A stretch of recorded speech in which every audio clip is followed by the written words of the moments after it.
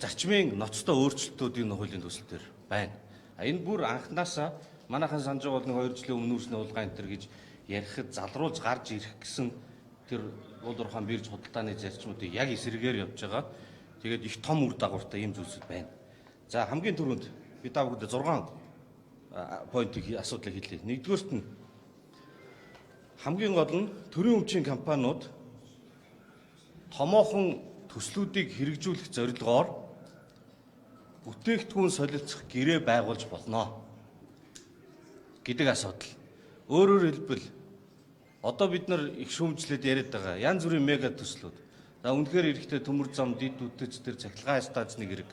Нөгөө мөрөөдлийн ядуу янзын нүхэнгүүр, тороос, тээвэр юу гэдэг. Одоо эднэрийг бүгдээрингийн улс орны эдийн засагт хэрэгтэй учраас бүтээгдэхүүн солилцох гэрээ байгуулж болно гэдэг заалтыг хаа хамаагүй бирж хууль руу оруулж ирж байна. Тэгэхээр зэрэг эдийн засгийн ашигтай ашиггүй нь хамаагүй, энээсээ боцохгүй, мөнгө олдсон олдоогүй нь хамаагүй бүтээгдэхүүн солилцооны гэрээ байгуулна. Нүүрсний үн бол унжааг та бүхэн мэдж байгаа. Тэгэхээр хямдхан жийсэн бүтээгдэхүүн солилцогч офтек штэ. Урд нь офтек гэрээ байгуулад дорн говь руу нефть амжуул хоолой бариад бараг дууссан. Өгүүлбэр нь бол хэдэн жилийн дараа хэдэн зуун сая доллар ингээ үрцсэн. Энэ шиг бүтээгдэхүүнээ солилцоод би юмаа барьчих. Та манай нүрсийг хямдхан аваад бариад өгч. Энэ ажиллагааг хаа хамаагүй бирж хууль руу оруулж ирж байна. Тийм болохоор энийг дэмжих боломжгүй. За хоёр дахь нь төмөр замын хил дамсан байгуулалтыг байгуулах тохироо эзэлжигдэл хилцээр байгуулагдсан та бүхэн мэдж байгаа. Энэ хилцээрийн дагаад тэр хилцээрээс илүү том нүүрс хямдруулсан урт хугацааны гэрээ хилцээр байгуулагдсан. Одоо гэрээ болохоор компани хоорондоо ажиллаж байгаа. Тэгэхээр энэ одоогийн хуулиар шууд гэрээ байгуулахад төмөр замын бүтээн байгуулалтанд хамаагүй шууд байгуулж болно гэсэн боловч үнийг нь биржээр тогтооно гэсэн заалт байдаг байхгүй 14-т. Тэр заалтыг байхгүй болгох гэж ер нь гол санаа нь орж ирсэн. Нөгөө хил холболтынхаа хилцээрийг хэрэгжүүлэхийн тулд тэр хилцээр тооцох нүүрсний үнэ нь биржийн үнэ байхгүй байж тохироо байж болно гэдэг заалтыг оруулж ирж байгаа байхгүй юу. За тэрийг нь дэмждэг юм байж. Гэтэл тэрний ард ингээд түмэн янзын юм дагуулж орж ирээд байна. За юу дагуулжсан бэ нэ гэхээр үнийн индекс. Үнийг бирж дээр аваад тэгээ хил хүртэл тээвэрлэхээр хугацаа ордог. Тэр оронд нүүрсний үн унчаар нөгөө компаниуд аддагталд ороод худалдаанд орж ирэхэ болчиход байна. Тийм болохоор үн унчих юм бол дагаад ингээ бууруулахын тогтолцоо оруулъя гэж. Агуулга нь болохоор зөв юм шиг ойлгомжтой. Тэгжээж худалдаа авагчтайгаас ойлголцох хэрэгтэй. Гэтэл энэ буцаж үйлчлээд одоо хил дээр овоорцсон байгаа хэдэн сая тонн нүүрсийг нэгэнд худалдаж аваад гэрээ байгуулагдаад мөнгөд аваад явцсан юмыг хямдруулж өгөх. Тэгэхээр чинь одоо жишээ нь 5 сая тонн нүүрс ойрцохоор бодъё л да. 5 сая тонн нүүрсэн дээр 50 долларын зөрөө гарвал 250 сая доллар буюу 1 их 80 төгрөг. 1 их 80 төгрөгийг нэг хүн нөгөө хүнээсээ бараа худалдаж авчаад тэр хооронд нь зах зээлийн тэр өөр болоод ингээд агуулга дээр овоолаад тавьчихсан. Тэрний мөнгийг яахаараа бид нар төлөх ёстой юм. Бизнес хийж байгаа юм бол эрсдлээ бодох ёстой. Тэгэхээр энэ олон зуун сая долларын одоо худалдааны компаниудын алдагдлыг нөхөх лобби орж ирж байгаа юм шиг сонирн байдалтай гарч ирж байна.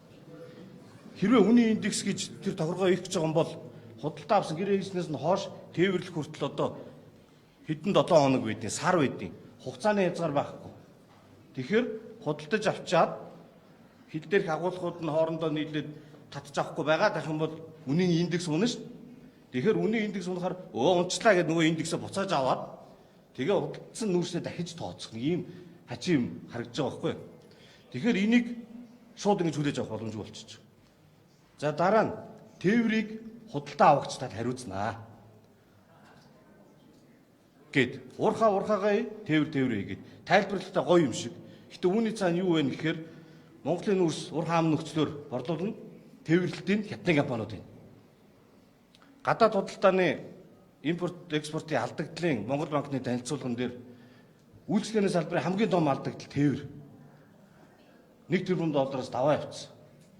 Тээврийн хамгийн том хэмжээ нь бол нүүрс. Дандаа гадны хөрөнгө оруулалттай компаниуд. Монголын нутаг дээр явж байгаа транзит тээвэр дандаа гадны хөрөнгө оруулалттай. Хоошоогоо транзит нь хойд зүгийнх нүүрсний тээвэр урд зүгийн компаниуд. Тэгээ ямар бодлого хэний төлөө явуулаад байгаа нь ойлгомжгүй байна. Тэгэхээр тээврийг хил нөхцөлөөр хүргэнэ. Тэгж нүүрсээ өгнө гэдэг чинь нөө нүүрсний хулгай гэж бужигнах үед бид нар эдгээр чинь зориу тээврийнхээ үнийг унгачаад Монгол компаниудыг дагуулж унгаачаад тэгээ хилийн цаана болохоор хямдхан тээвэрлж байгаа нэртэй боловч хилийн цаана үнэ өсгöd ингээ авчт юм байна. Тэгэхээр хил нөхцлөөр биржээр ажиллая гэдэг шийдвэрийг Монголын одоо төр засаг гаргасан шүү дээ. Одоо үнэхээр яг эсрэг ийм ажиллагаа явуулаад. Дараагийнх нь одоо 4 том офтек гэрээ нэмэх нь 1 China Energy-тэй хил дамсан төмөр зам байгуулах талаар. Төмөр зам байгуулах нь маш сайн зүйл. Гэхдээ энэ 5 гэрээ Эрдэнэс 5 тулгаан хамаг коксчих сайн нүрсийг бүгдийг аав. Биржлэр зарах коксдог нүрс бараг үлдэхгүй, маш бага байна. Тэгэхээр дагаад яах вэ гэхээр бирждэр үн багтаа нүрс зараг. Тэгэхээр харж байгаа энэ бирж ажиллахгүй гоц. Манай шууд гэрийн үнэтэй гоц гэд. Өөрсдөө биржээ унгаачаад тэгээд бирж ажиллахгүй байх гэдэг юм яриад байгаа байхгүй. 10 нийтдээ биш үү 48 габитав хүнд тоо ойлээ. Өнгөрсөн хугацаанд 43 сая тонн уул уурхайн бүтээгдэхүүн 17 их найд төгрөгийн борлуулалтаагаар бирждээ зарагдсан байна. Одоо ажиллаж гиснээс хойш. Энэ бол том мөнгө байхгүй юу? Бирж ажиллаж байгаа. Сайжруулах юм бол би сонгодог биржийн зарчмаар ажилтгүй гэдэг тийм. Гэхдээ энэ байхгүй гэсэн үг ерөөсөө биш. За тэгээ сүүлийнх нь асуудал нь болохоор цацраг идэх зөвхөн энергийн тухай хууль нэмэлт өөрчлөлт оруулаад тэнд бас нэг агентлаг газар мазрын өөрчлөөд тэгээд цацраг идэх бодисыг бас алстаа ингээд биржийн худалдаа модалдаа гэсэн нэг иймэрхүү юмнууд. Тэгэхээр ерөнхий агуулгаараа юу ярих гэж байна гэхээр биржийн тухай хуульд оруулж ирэх нэмэлт өөрчлөлт бол бүгд найрамд хятад ард улстай байгуулсан хил дамнсан төмөр замын санхүүжилтийг олохын тулд энэ хуульд байсан саад буюу биржийн үнээр нүүрсэд олсно гэдгийг арилгах зорилготой байсан юм. Анхных нь нөө хөнгөлөлтөө үн тохирсон шүү дээ засгийн газар хооронд. Гэтэл тэрийг дагуулад дивэн дэлхийн юм оруулж ирээд цацар цөмийн энергийн тухай хууль дээр тийм өөрчлөлт оруулна. Ерөөсөө төрийн өмчийн компани томоохон мега төсөл хэрэгжүүлэхийн тулд бүтээгдэхүүн солилцох гэрээ байгуулж болно. Одоо нэг юм бариад тэгээд нүүрсээ ямдруулж өгөөд бүр амар юм болж. Ийм юмнууд орж ирсэн учраас энэ хуулийн төслийг хилцэх боломжгүй бөгөөд буцаах саналыг одоо тийм байр суурьтай байгаа. Тэгээ одоо яг хилцэх хэсэг нь хилцэгдэж байна. Улсын хурлын нөгөө гишүүдийн тоо олон болоод хугацааны дэгийн ийм гормын өөрчлөлт орсон учраас нэр өгсөн хүмүүс ингээд ирцээрээ хойшоо шидэгчдэг. Тийм болохоор хугацаа үлдсэнгүй. Ямар ч энэ асуудлуудыг бол хэлэх ёстой хэвлэхэнд хандж хэлж байгаамаа. За та бүхэн асуулт байвал хариулахад бэлэн.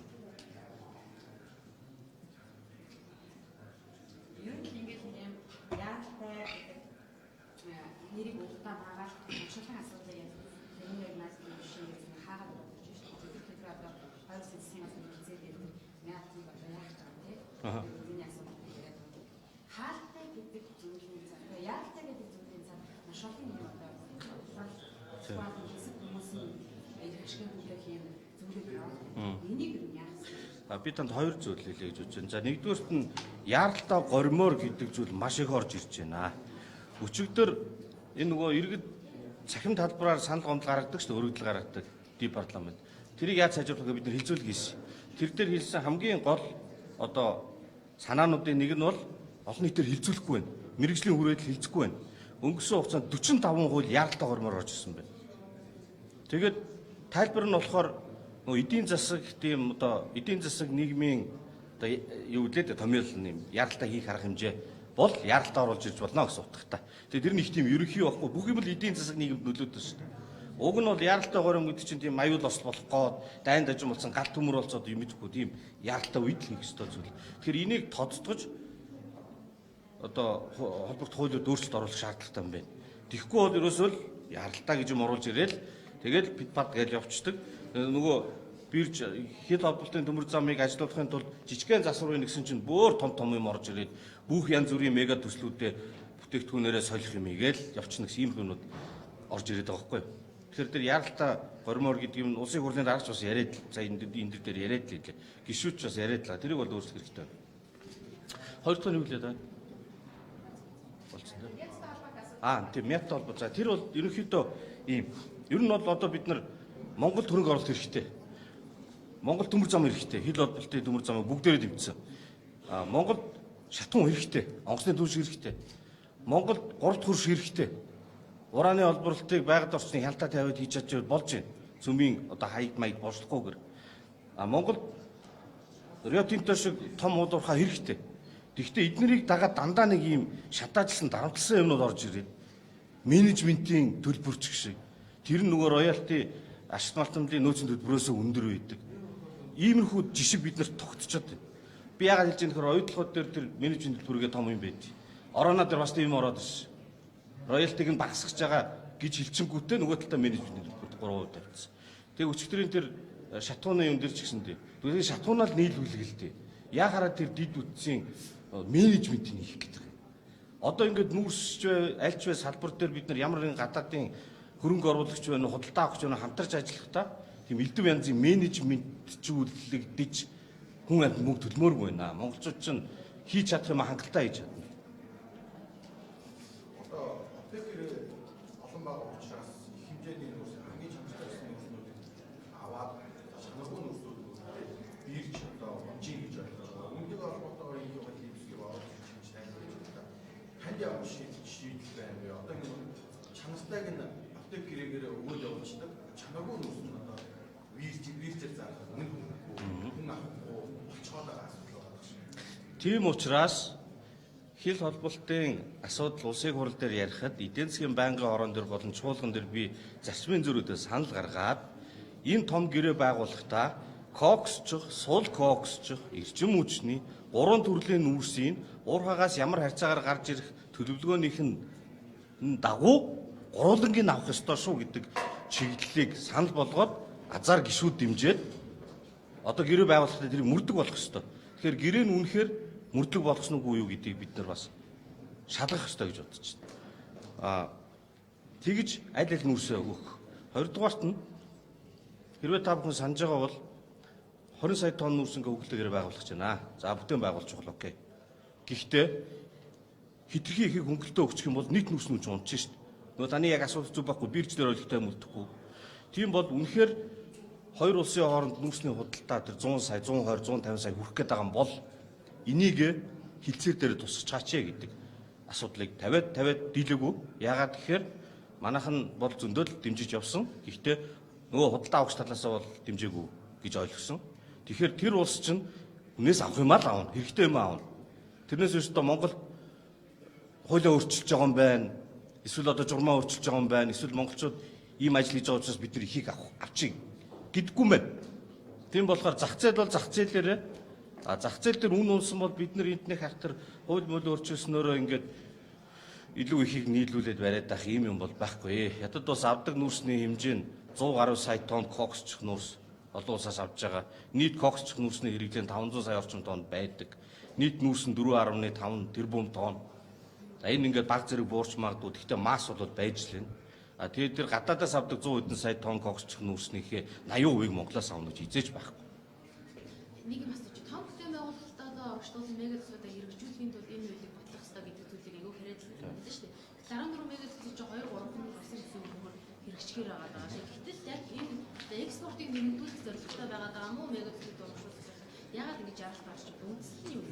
Одоо эдийн засаг ер нь ингээд жоохон хэцүү байна. Хөрөнгө оруулалт бас орж ирэхгүй байна. Нүүрсний унамжлаа. Тийм болохоор бид нар ингээд одоо хүмүүс ингээд ажил хийх хэрэгтэй шүү дээ. Ингээд цемент зураад гүүр мүр бариад тийм ээ. Тэрэнд мөнгө байхгүй болохоор энэ хуулийн дээр яс юу яач вэ? Бүтээгдэхүүн солилт замаар төрийн өмчийн компани төсөл хэрэгжүүлж болно гэдэг. Тэгээ нүүрсээ амьдруулж өгөөд нөгөөдгийг оруулж ирээд юмнуудаа барьяа л гэдэг байхгүй. Тэгээд таны асуудаг зөв тэр чи яг ямар төслүүд байгаа вэ? Мега төсөл, томоохон төсөл, хоёр бүтээн